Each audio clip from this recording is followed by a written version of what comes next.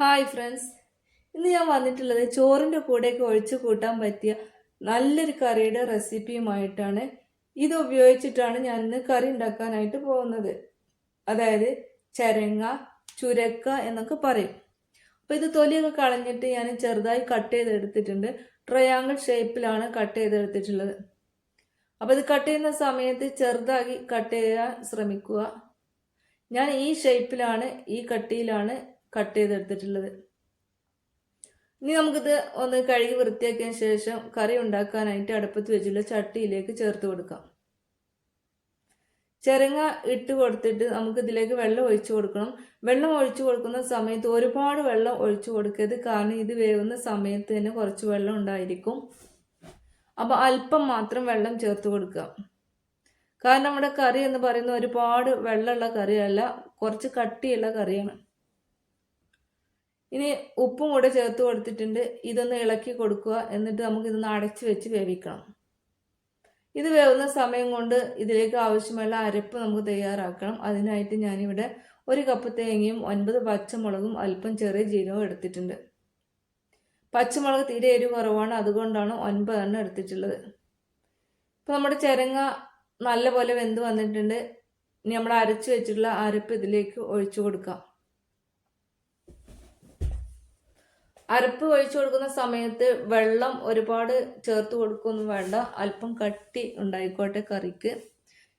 ഈ ഒരു കട്ടിയിലായിരിക്കണം നമ്മുടെ കറി. തേങ്ങയൊക്കെ ഇളക്കി യോജിപ്പിച്ചതിന് ശേഷം നമുക്ക് ഇതിൽ എന്തെങ്കിലും കുറവുകളൊക്കെ ഉണ്ടെങ്കിൽ ഇപ്പം ചേർത്ത് കൊടുക്കാം. ഉപ്പ് കുറവാണെങ്കിൽ ഈ സമയത്ത് ഉപ്പിട്ട് കൊടുക്കാം. ഞാനിവിടെ ഉപ്പ് നോക്കുന്നുണ്ട്. ഉപ്പ് നോക്കുന്ന സമയത്ത് ഉപ്പ് അല്പം കുറവാണ്, അപ്പോൾ അതുകൊണ്ട് കുറച്ചുകൂടെ ഉപ്പ് ചേർത്ത് കൊടുക്കുന്നുണ്ട്. ഉപ്പും കൂടെ ചേർത്ത് കൊടുത്തിട്ട് ഒന്ന് ഇളക്കി കൊടുക്കാം. എന്നിട്ട് നമ്മൾ കറി ഒന്ന് തിളച്ച് വരട്ടെ. തിളച്ച് വന്നതിന് ശേഷം നമുക്ക് ഫ്ലെയിം ഓഫ് ചെയ്യണം. ഇപ്പോൾ കറി നല്ലപോലെ തിളച്ചിട്ടുണ്ട്.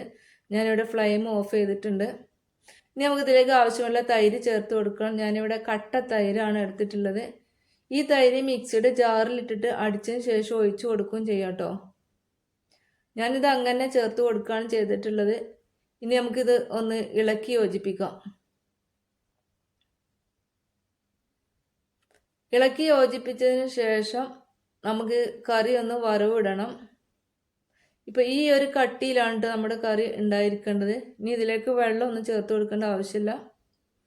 അപ്പോൾ വറവിടാനായിട്ട് ഞാൻ ചട്ടി അടുപ്പത്ത് വെച്ചിട്ടുണ്ട്. നമ്മൾ ചട്ടി നല്ലപോലെ ചൂടായി വന്നിട്ടുണ്ട്.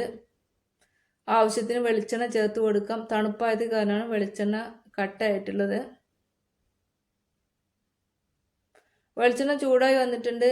അല്പം കടുക് ചേർത്ത് കൊടുത്തിട്ടുണ്ട്. ഇനി നമുക്ക് ഇതിലേക്ക് ആവശ്യത്തിനുള്ള കറിവേപ്പില ഇട്ട് കൊടുക്കാം.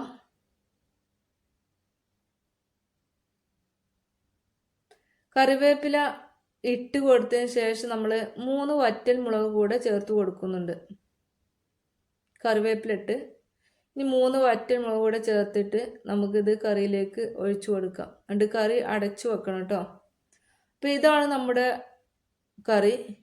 ചോറിൻ്റെ കൂടെ കഴിക്കാൻ പറ്റിയ നല്ല ടേസ്റ്റുള്ള കറിയാണ്. അപ്പോൾ എല്ലാവരും ട്രൈ ചെയ്ത് നോക്കുക. ഇഷ്ടപ്പെട്ടാൽ നമ്മുടെ ചാനലൊന്ന് സബ്സ്ക്രൈബ് ചെയ്ത് സപ്പോർട്ട് ചെയ്യാൻ മറക്കരുത്. അതോടൊപ്പം തന്നെ നമ്മുടെ വീഡിയോ ഒന്ന് ലൈക്ക് ചെയ്യാനും കൂടെ മറക്കില്ല. അപ്പോൾ അടുത്ത നല്ല റെസിപ്പിയുമായിട്ട് വീണ്ടും കാണാം.